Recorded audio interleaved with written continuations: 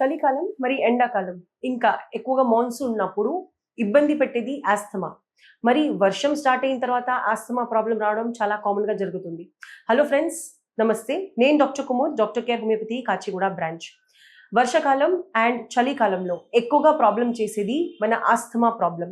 Asthma problem అంటే మన lungs week ఉన్నప్పుడు మనకు బ్రాంకియల్ ఆస్తమా రావడం అనేది చాలా కామన్ కండిషన్. సో ఆస్తమా అనేది మన లంగ్స్ లోపల డ్రైనెస్ ఉండడం వల్ల ఆక్సిజన్ సరిగ్గా బ్రాంక్యోస్ అనేది పీల్చుకోకపోవడం వల్ల ఈ వచ్చే ప్రాబ్లంకి మనం బ్రాంకియల్ ఆస్తమా ప్రాబ్లం అనేది అంటూ ఉంటాం. మళ్ళీ ఈ బ్రాంకియల్ ఆస్తమా అనేది ఇన్హేలర్స్ లేకుండా హోమియోపతితోని ఎంతవరకు క్యూర్ అవుతుంది? మన హోమియోపతిలో బ్రాంకియల్ ఆస్తమా జనరల్ గా కూడా ఆస్తమా చెప్పే కండిషన్ లో ఇన్హేలర్స్ లేకుండా పర్మనెంట్ గా ఆస్తమా అనేది క్యూర్ అనేది అవుతుంది. అసలు హోమియోపతిలో ఇన్హేలర్స్ లేకుండా ఇన్హేలర్స్ స్టాప్ చేసి పూర్తిగా ఓన్లీ హోమియోపతి ద్వారా మీరు ఆస్తమా ఎలా క్యూర్ చేయొచ్చు? నార్మల్ గా ఆస్తమా అంటే ఏంటిది? మన లంగ్స్ లోపల ఏదైతే బ్రాంక్యూల్స్ ఉంటాయో అది ప్రాపర్ గా డైలటేషన్ అనేది జరగదు, అంటే అది ఓపెన్ అనేది అవ్వదు, దాని లోపల ఉన్న ఆక్సిజన్ సరిగ్గా అందదు మన సెల్స్ కి, అండ్ ఆక్సిజన్ అనేది సరిగ్గా రిలీజ్ అనేది అవ్వదు. ఇలాంటి కండిషన్ ఉన్నప్పుడు నార్మల్ గా మనం చేయాల్సింది ఏంటిది? డైలేషన్ అనేది యూజ్ చేయాలి, బ్రాంక్యో డైలేటర్. కాకపోతే మన హోమియోపతిలో న్యాచురల్ బ్రాంకో డైలేటర్స్ అనేది ఉంటుంది. ఎప్పుడైతే ఆస్తమా అటాక్ వస్తుందో సడన్ గా ఇన్హేలర్స్ అనేది అవసరం వస్తుంది. ఆ ఇన్హేలర్ అనేది ఏం చేస్తుంది? బ్రాంకో డైలేషన్ అనేది చేస్తుంది. అంటే మన లంగ్స్ లోపల అయితే చిన్న చిన్న బ్రాంకస్ ఉంటుందో అది అనేది డైలేట్ అనేది ప్రాపర్ కావాలి, అంటే అది కంప్లీట్ గా ఓపెన్ అయ్యి ఆక్సిజన్ అనేది పీల్చుకోవాలి. ఈ కండిషన్ కి జనరల్ గా మనం బ్రాంకో డైలేషన్, ఈ ప్రాసెస్ కి బ్రాంకో డైలేషన్ అనేది అంటూ ఉంటారు. హోమియోపతిలో నార్మల్ గా 6 months, 8 months, 9 months continuous treatment అయిన తర్వాత మన లంగ్స్ లోపల ఈ బ్రాంకో డైలేషన్ ప్రాసెస్ అనేది న్యాచురల్ గా జరగడం అనేది స్టార్ట్ అవుతుంది. ఇది ఎలా స్టార్ట్ అవుతుందంటే మన న్యాచురల్ మెడిసిన్స్ ఏది హోమియోపతిలో, స్పెషల్ గా మన డాక్టర్ కేర్ హోమియోపతిలో మనం కాన్స్టిట్యూషనల్ ట్రీట్మెంట్ ఏది యూస్ చేస్తామో దాని ద్వారా మన బ్రాంక్యూల్స్, లంగ్స్ లోపల ఉన్న బ్రాంక్యూల్స్ అనేది సరిగ్గా పనిచేయడం అనేది స్టార్ట్ అవుతుంది. దీని ద్వారానే మనం క్లెయిమ్ చేస్తాము దట్ హోమియోపతిలో ఏ ప్రాబ్లంకి అయినా సరే రూట్ కాజ్ తో మనం ట్రీట్మెంట్ అనేది జనరల్ గా చేస్తూ ఉంటాము.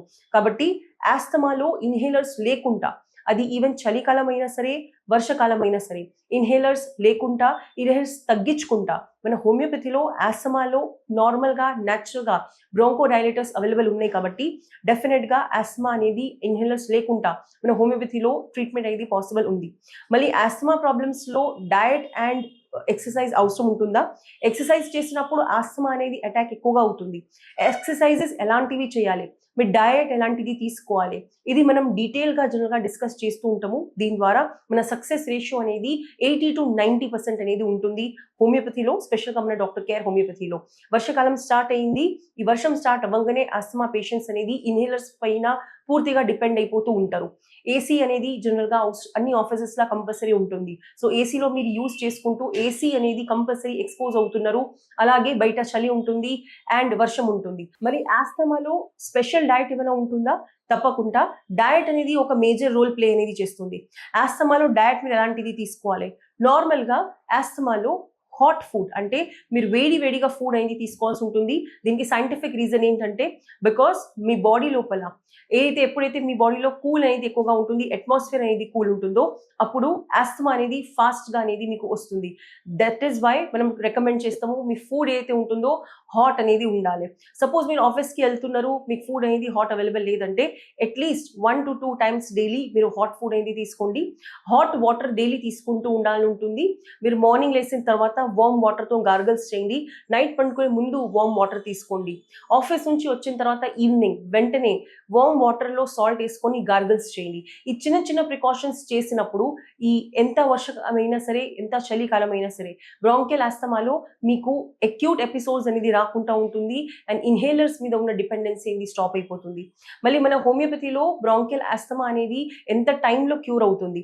నార్మల్ గా సివియర్ కేసెస్ లో 2 to 3 years లో కంప్లీట్ కోర్స్ యూజ్ చేసిన తర్వాత బ్రాంకియల్ ఆస్తమా తిరిగి అనేది రాదు మన హోమియోపతి మెడిసిన్స్ యూజ్ చేసిన తర్వాత.